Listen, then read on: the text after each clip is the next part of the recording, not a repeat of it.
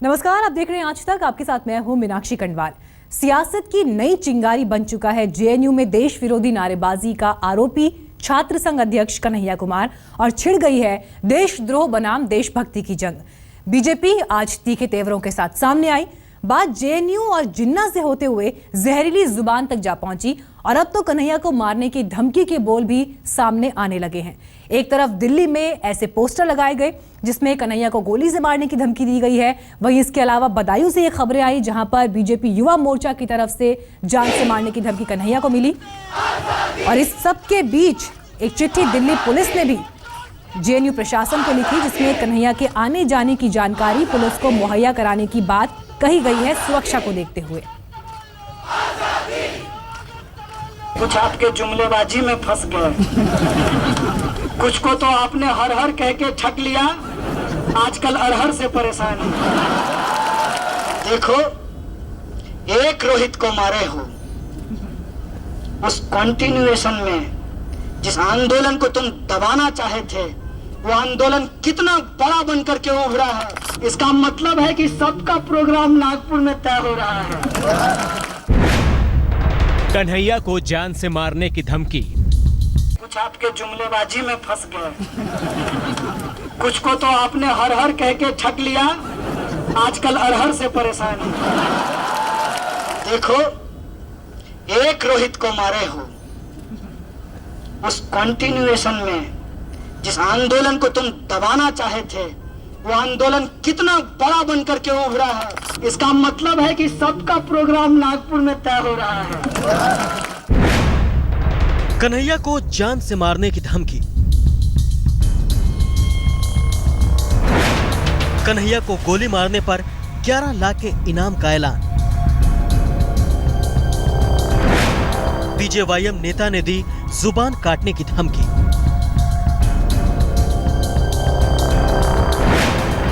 कन्हैया की जुबान काटने वाले को 5 लाख के इनाम का ऐलान। इस दुष्ट कन्हैया की जो भी व्यक्ति जीभ काट के लाके देगा, मैं उसको नगद 5 लाख रुपए का इनाम दूंगा। जेएनयू छात्र संघ अध्यक्ष पर जहरीली जुबान।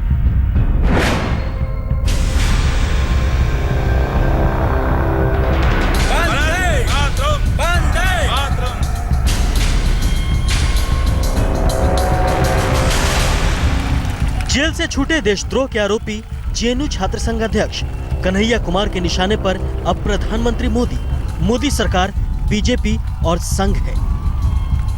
जेल से रिहा होने के बाद जेएनयू पहुंचे कन्हैया की जुबान आग उगल रही है, तो बीजेपी ने भी आज कन्हैया के बहाने देशद्रोह के खिलाफ करारा हमला किया। कांग्रेस पार्टी के उपाध्यक्ष वहां जाकर कहते हैं इनको सुनना चाहिए, इनको बोलने देना चाहिए, इनको अभिव्यक्ति की आजादी। मैं पूछता हूं सारे कार्यकर्ता को, आप इसको अभिव्यक्ति की आजादी मानते हैं क्या? जोर से मुझे मानते हैं? मित्रों, अगर ये नारे अभिव्यक्ति की आजादी है तो देशद्रोह क्या हो सकता है? मथुरा में बीजेपी अध्यक्ष गर्जे तो बीजेपी की भगवा ब्रिगेड के नेता और सांसद योगी आदित्यनाथ ने भी तीखे तेवर दिखाए।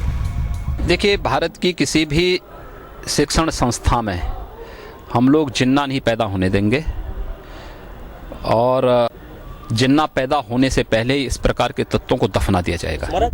कन्हैया और देशद्रोह के इस जंग में यूपी चुनाव की बिसात भी है, लिहाजा बीजेपी पर सबसे पहला वार जेएनयू या दिल्ली से नहीं लखनऊ से हुआ। यूपी के कैबिनेट मंत्री और एसपी नेता आजम खान ने कहा कि फैसिस्ट ताकतों को फौरन रोकना होगा। फाशिस्ट का जो लास्ट टारगेट होता है वो ये होता है कि मैं और मेरे सिवा कुछ नहीं। वो अपनी औलाद को भी जिंदा नहीं छोड़ता अगर वो उसकी विचारधारा का नहीं है। अगर हम अभी से कंस की तलाश नहीं करेंगे तो बड़ा नुकसान हो जाएगा। सियासी हमलों के बीच ही कन्हैया की जान पर भी खतरा मंडरा रहा है। दिल्ली में पूर्वांचल सेना नाम के एक संगठन ने कन्हैया कुमार को गोली मारने वाले को 11 लाख रुपए का नगद इनाम देने का ऐलान किया है।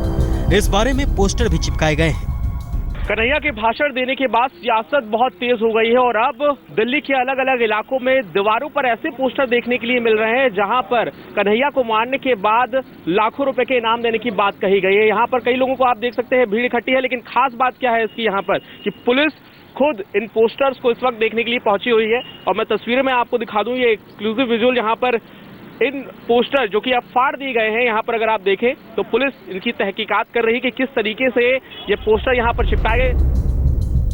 पोस्टर में पूर्वांचल सेना अध्यक्ष के तौर पर आदर्श शर्मा नाम के एक शख्स का नाम लिखा है और एक मोबाइल नंबर भी दिया गया है। दिल्ली पुलिस ने मामले की जांच शुरू करते हुए पूर्वांचल सेना के अध्यक्ष को तलब भी कर लिया है। कन्हैया की हिफाजत के इंतजाम बढ़ाते हुए दिल्ली पुलिस ने जेएनयू प्रशासन को खत भी लिखा है और कन्हैया के कैंपस से बाहर आने जाने की डिटेल मांगी है। उधर भारतीय जनता युवा मोर्चा के एक नेता अब कन्हैया की जुबान के ही दुश्मन बन गए हैं। यूपी के बदायूं में युवा मोर्चा के जिला अध्यक्ष कुलदीप वार्ष्णेय ने ऐलान किया है कि जो भी कन्हैया की जीभ काट कर लाएगा वो उसे 5 लाख रुपए नगद इनाम देंगे। मैं किसी कीमत पर इस देश का नागरिक होने के नाते, एक अच्छा नागरिक होने के नाते, मैं देश का और अपने नेताओं का, अपने संगठन का किसी भी कीमत पर अपमान सहन नहीं करूंगा। इसलिए मैं ये घोषणा करता हूं कि जो भी व्यक्ति इस कन्हैया की, इस दुष्ट कन्हैया की जो भी व्यक्ति जीभ काट के लाके देगा, मैं उसको नगद 5 लाख रुपए का इनाम दूंगा।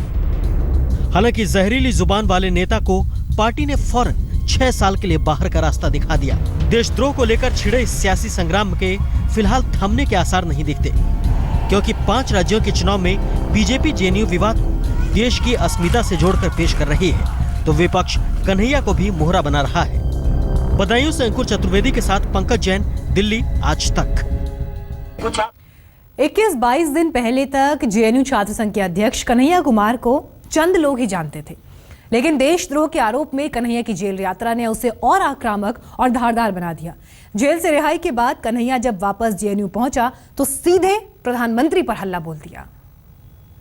भारत से नहीं मेरे भाइयों, भारत में आजादी मांग रहे हैं। प्रधानमंत्री जी ने ट्वीट किया है, कहा है सत्यमेव जयते। मैं भी कहता हूँ सत्यमेव जयते। मौजूदा प्रधानमंत्री ने 15 लाख रुपया उनके अकाउंट में आने की बात कही थी। काला धन आएगा। हर हर मोदी, सबका साथ सबका विकास।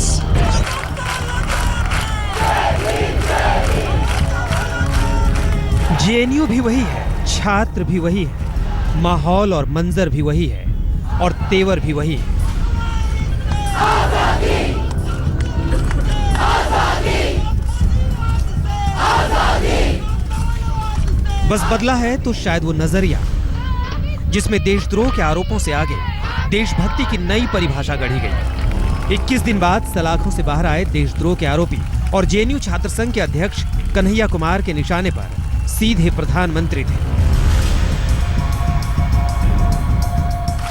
उसने कहा कि मेरा दर्द है, इसलिए मैंने कहा था कि मोदी जी भी किसी की माँ का बेटा है। मेरे बेटे को देशद्रोह के आरोप में फंसा दिया है, तो कभी मन की बात करते हैं, कभी माँ की भी बात कर लें।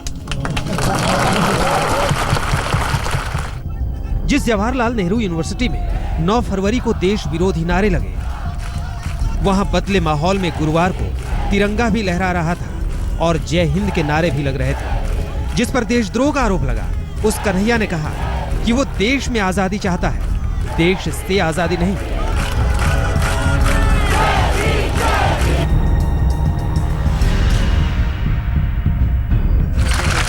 जो समस्या है, क्या उस समस्या से आजादी मांगना गलत है? ये क्या कहते हैं, किससे आजादी मांग रहे हो? तुम ही बता दो कि क्या भारत ने किसी को गुलाम कर रखा है? नहीं, तो ऑब्वियसली भारत से नहीं मांग रहे हैं। भारत से नहीं मेरे भाइयों, भारत में आजादी मांग रहे हैं।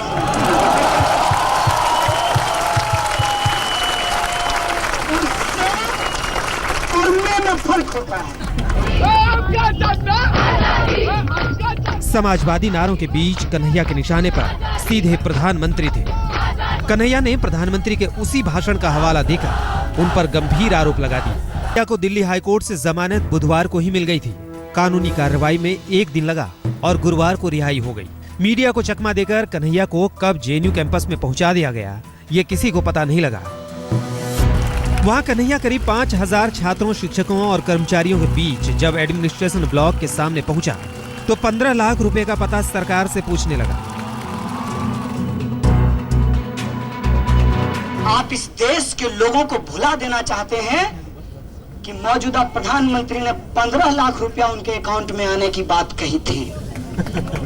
लेकिन एक बात मैं आपको कह देना चाहता हूं, जेएनयू में एडमिशन पाना आसान नहीं है, तो जेएनयू के लोगों को भुला देना भी आसान नहीं है। कन्हैया का मामला कोर्ट में विचाराधीन है, इसलिए उस पर कुछ भी नहीं बोला। लेकिन प्रधानमंत्री के खिलाफ सीधे बोलकर कन्हैया ने साफ कर दिया है कि जेएनयू से वो अपनी राजनीतिक लकीर का फकीर बना रहेगा। प्रधानमंत्री जी ने ट्वीट किया है, कहाँ है? सत्यमेव जयते। मैं भी कहता हूँ प्रधानमंत्री जी, आपसे भारी वैचारिक मतभेद है, लेकिन सत्यमेव जयते चूंकि आपका नहीं, इस देश का है, इस संविधान का है, मैं भी कहता हूँ सत्यमेव जयते। विवेक शुक्ल, दिल्ली आज तक। जेल में रहने के दौरान ही कन्हैया को एहसास हो चुका था कि जेएनयू में हुई नारेबाजी किस तरह सियासी चिंगारी बन चुकी है। इसलिए जेल से छूटकर जब वो जेएनयू पहुंचा तो ना अफजल की बात की, ना आतंक की। 45 मिनट का उसका धारा प्रवाह भाषण एक मंझे हुए नेता की तरह था, जिस पर राजनीतिक दलों के नेता भी अपनी गोटियां बिछाने लगे। जब तक जेल में चना रहेगा, आना जाना लगा रहेगा। जेल से निकलने के बाद कन्हैया कुमार के तेवर बिल्कुल नेता वाले थे।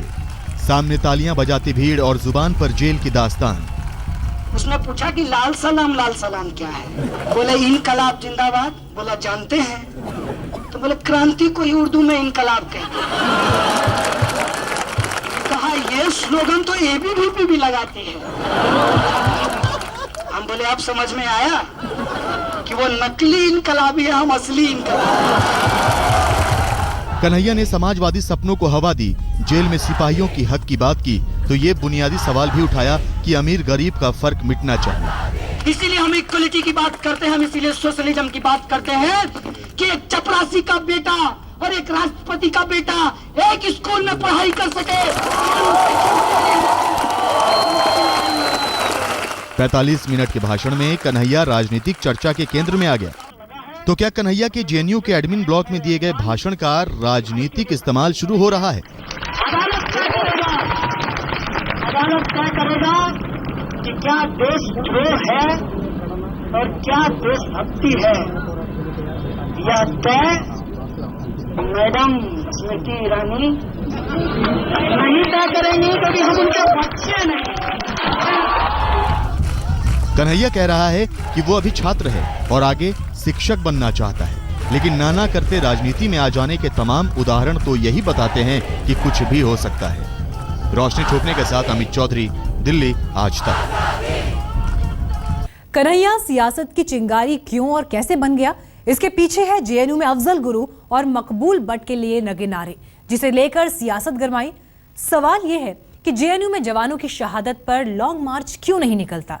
आज तक ने जब इन्हीं सवालों को कन्हैया के सामने दागा तो उसने क्या जवाब दिया, देखिए। कल आपने भाषण में एक बड़ी बात कही। आपने कहा कि आप एक तरह से छात्रों को और जवानों को, हमारे जो जवान हैं जो शहीद होते हैं, उनको बांटने की कोशिश हो रही है।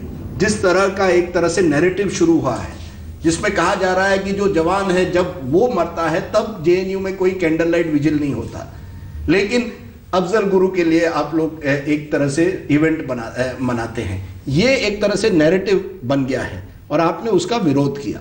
क्या आपको लगता है कहीं ना कहीं ये डिवाइड है, या ये भी आप में एक तरह से संघ विरोधी जो आपकी भावना है वो इतनी एक तरह से आप पर छाई हुई है, क्योंकि आप कम्युनिस्ट पार्टी से आते हैं, तो आपको हर चीज में संघ विरोधी कुछ चीज लगती है? राजदीप जी, सबसे पहली बात कि मैं कम्युनिस्ट पार्टी से अभी नहीं आता हूँ। मैं ऑल इंडिया स्टूडेंट फेडरेशन का मेंबर हूँ और ये 1936 में इस्टेब्लिश हुआ, जब इस देश के अंदर साम्राज्यवाद के खिलाफ, अंग्रेज़ों के खिलाफ छात्र सड़कों पे उतरे थे और किसी एक कम्युनिस्ट पार्टी के लोग नहीं, तमाम धारा के लोगों ने इस संगठन को बनाया था और उसका सपना था कि इस देश को साम्राज्यवाद से मुक्त कराएंगे, शोषण से मुक्त कराएंगे। साम्राज्यवाद से तो मुक्ति मिली लेकिन शोषण से मुक्ति नहीं मिली है, तो हम उस विरासत के लोग हैं, पहली बात। दूसरी बात ये है कि इसमें जो ये नैरेटिव्स की बात की जा रही है, जैसे जवानों का, जवानों की बात मैंने की कि जेएनयू में जब जवान शहीद होते हैं, मुझे बहुत दुख हुआ कि जो लोग आम लोगों की ज़िंदगी से खेलते हैं वो कितनी सफाई से आज एक आम इंसान को दूसरे आम इंसान के सामने खड़ा कर रहे हैं।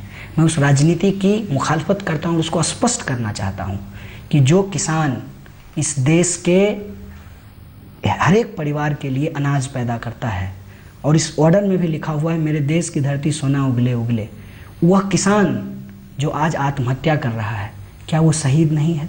इस देश के अंदर जो खनिज संपदा है वो आदिवासी इलाकों में है और आदिवासियों के ऊपर जो आज जुल्म है, क्या वो शहीद नहीं है? इस देश के अंदर जो ताकतवर लोग हैं दलितों को मार रहे हैं, क्या वो शहीद नहीं है?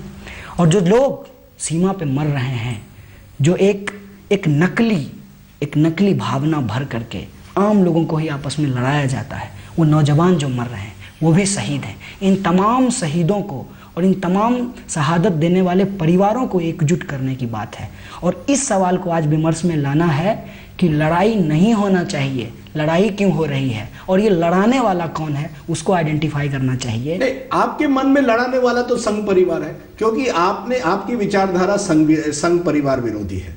आपने कल भी भाषण में कई बार नागपुर का जिक्र किया, मोहन भागवत का जिक्र किया, नरेंद्र मोदी का जिक्र किया, तो वो एक तरह से भी है कि आप कहीं ना कहीं उनको टारगेट कर रहे हैं, पर्सनल अटैक कर रहे हैं। आप मुझे ये बताइए, क्या ये पर्सनल अटैक है या नहीं? देखिए, ये संघ विरोधी तो विचारधारा है, तो एक बहुत बड़ी बात है और इस बड़ी बात में मैं एक छोटी सी बात कहना चाहता हूँ कि मेरी राजनीतिक समझ में हम किसी के विरोध की राजनीति नहीं करते हैं, हम समाज को बेहतर बनाने की बात करते हैं और उस बेहतरी में जो रुकावट पैदा करने वाले लोग हैं उनको हम रेफरेंस की तरह बताते हैं, आइडेंटिफाई करते हैं। हम तो बात करते हैं अम्बेडकर की, हमको नरेंद्र मोदी जी की बात करने की ज़रूरत नहीं है। हम सिर्फ ये बताना चाहते हैं कि ये भी लोग जो अम्बेडकर की बात कर रहे हैं, क्या ये सच में अम्बेडकर को मानते हैं? हम उसको स्पष्ट करने की कोशिश के लिए उनका नाम लेना चाहते हैं। हमारा विरोध जो है वो संघ के खिलाफ नहीं है, हमारा संघर्ष इस देश को बेहतर बनाने का संघर्ष है। आपने कल अपने भाषण में यह भी कहा कि संघ या बीजेपी को 31% वोट आए, 69% ने उनको वोट नहीं दिए। कल आपके जो विरोधी कहेंगे लेफ्ट को कितने वोट आए? कहां है ये वामपंथी दल? जो विचारधारा आप रखते हैं वो तो धीरे धीरे इस देश से चली जा रही है, विदेश से चली जा रही है, दुनिया से चली जा रही है। तो अगर केवल मेजॉरिटी पर चलेगा, अगर केवल वोट पर आप अपनी विचारधारा लोगों पर रखेंगे तो संघ कहेगा हमारी तो 31% है, इनके तो 10% भी अब नहीं है, 5% तक भी नहीं है।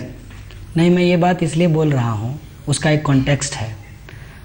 मैं भाषण सुन रहा था बीजेपी के एक MP का लोकसभा में, तो वो इस तरीके से बोल रहे थे देश के सैनिकों के ऊपर कि ऐसा लगता था कि इस देश में जब किसी सैनिक को नौकरी मिलती है तो वो सर्विस ज्वाइन करने से पहले बीजेपी ऑफिस जाता है, बीजेपी का मेंबरशिप लेता है, फिर बीजेपी उसको अपना वाला बीजेपी मार्का देशभक्ति का सर्टिफिकेट देती है, फिर वो जवान जो है वो सीमा पे जाता है।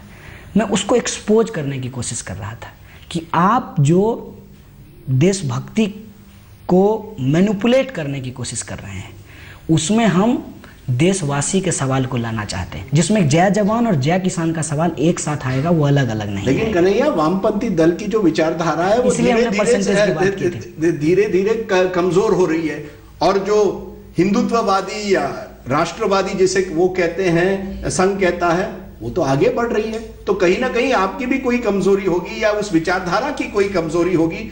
आज लोग चाहते हैं रोजी रोटी। देखिए सर, मैं किसान का बेटा हूँ और इस लिहाज से मेरे अंदर एक आशावादी नज़रिया है कि किसान मुट्ठी भर बीज लेकर खेतों में जाता है और जब वो मेहनत करता है खेत में तो वो बीज फसल बन करके तैयार होते हैं और फिर उसको बोरियों में भर करके घर लाता है। तो मुझे लगता है कि इस देश के अंदर, चाहे वो आप हों या हम हों, जो सही को सही या गलत को गलत कहने वाले लोग हैं, हम सब वामपंथी हैं। भले हमारे पास कोई आई कार्ड नहीं हो किसी पार्टी का, तो मुझे लगता है वो सारे लोग जो संघ के खिलाफ बोल रहे हैं वो सब वाम। कन्हैया का कहना है कि जिस आज़ादी की बात वो करता है वो है गरीबी और भुखमरी से आज़ादी, संघ और बीजेपी से आज़ादी। लेकिन आतंकवाद का मारा ये देश आतंक से भी आज़ादी चाहता है। इस सवाल पर कन्हैया खामोश है और जिस अफजल को देशद्रोह में फांसी की सजा हुई उस पर भी कन्हैया की बातों में साफ गोई नहीं दिखती। जेल से छूटा कन्हैया तो स्टार हो गया। जेएनयू में जश्न की डफलियां बजी।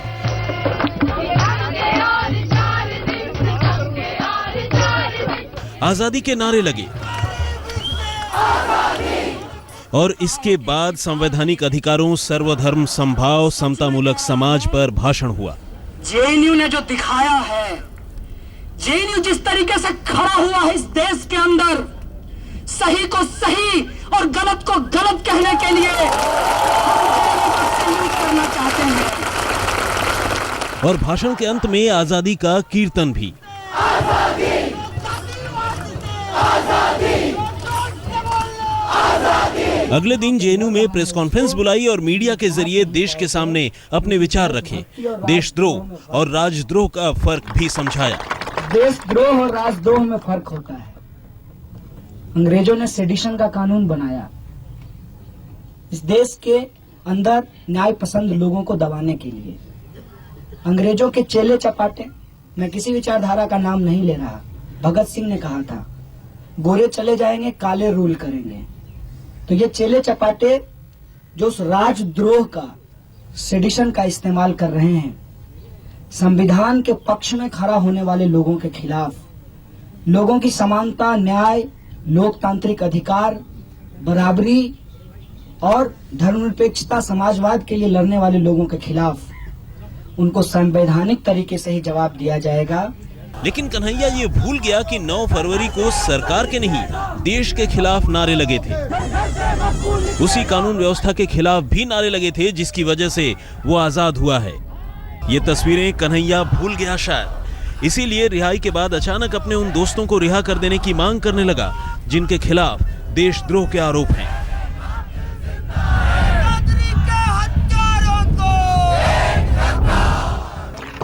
रही बात अनिर्बान और उमर की, मैं कह रहा हूं कि किसी के ऊपर कोई सेडिशन का चार्ज नहीं होना चाहिए। क्या होगा नहीं होगा अदालत को तय करने दीजिए। जबकि इन दोनों के खिलाफ दिल्ली सरकार को सौंपी गई डीएम की रिपोर्ट में भी सवाल उठाए गए हैं और इनकी भूमिका संदिग्ध बताई गई है। रिपोर्ट में कहा गया है कि देश विरोधी नारे लगाने वाले कई वीडियो में उमर खालिद है। उमर खालिद ने ही अफजल गुरु पर कार्यक्रम आयोजन किया था।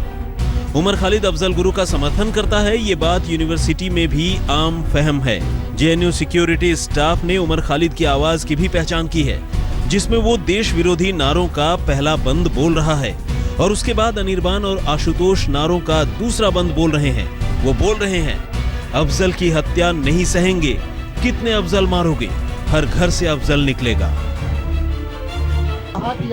ऐसे में सवाल ये उठते हैं कि आखिर क्यों उन आरोपियों की रिहाई के लिए कन्हैया उतावला है जो उसके सामने देश विरोधी नारे लगा रहे थे, और आखिर क्यों प्रेस कॉन्फ्रेंस में कन्हैया ने अफजल गुरु से जुड़े सवाल का गोलमोल जवाब दिया, क्यों अपना पक्ष स्पष्ट रूप से सामने नहीं रखा, क्यों उसके साथ बैठी सहयोगी ने इस सवाल पर उसके कान में चुपके से अपनी सलाह डाली।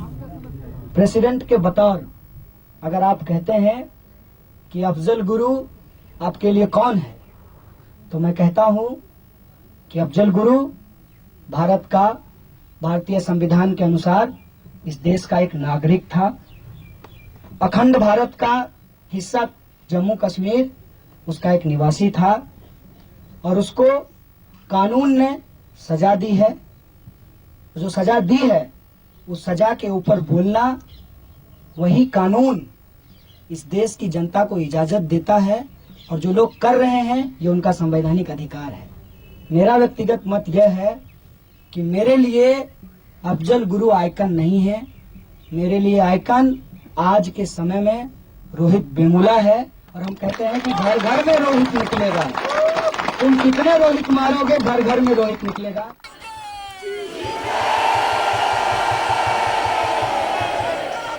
देश के नागरिकों को बराबरी का हक दिलाने के लिए लड़ो, तब तक सही है, लेकिन जब आपकी आजादी देश की सीमाओं को लांघने लगती है, जब आपकी आजादी देश की अखंडता को तोड़ने लगती है, यहां से आप देशद्रोह कानून के आरोपी साबित हो जाते हैं।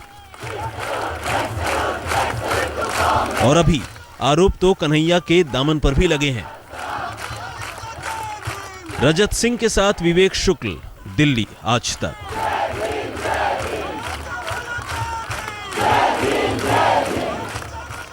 कन्हैया ने पुलिस कस्टडी से लेकर तिहाड़ जेल तक सलाखों के पीछे 21 दिन गुजारे। इन 21 दिनों की यादों पर कन्हैया अपने लाल सलाम की नई लड़ाई लड़ना चाहता है। ये वो जेल बीती है जिसमें वो मार्क्स और अंबेडकर को मिलाकर अपना नया सियासी समीकरण बनाना चाहता है। पूरा भरोसा है अपने संविधान पर, पूरे तरीके से खड़ा होते हैं अपने संविधान के उन तमाम धाराओं को लेकर जो प्रस्तावना में कहा गया है।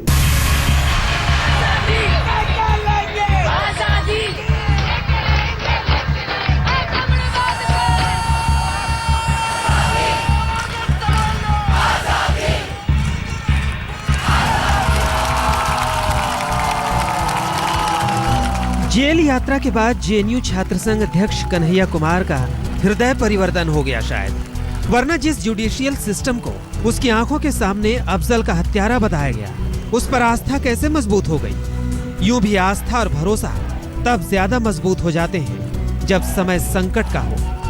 आजादी, आजादी, आजादी।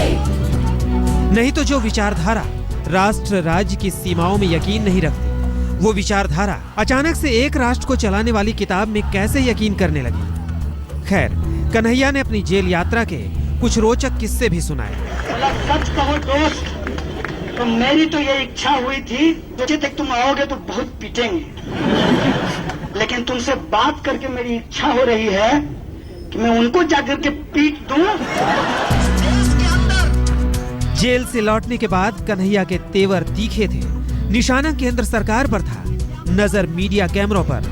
देशद्रोह के आरोप में जेल जाने का महत्व कन्हैया को पता लग गया, क्योंकि जिसे जेएनयू जानता था उसे अब देश जानता है। इसलिए कन्हैया ने जेल और जेल के चने से भी प्रेम जताया। आपके लिए चना लेकर आए हैं।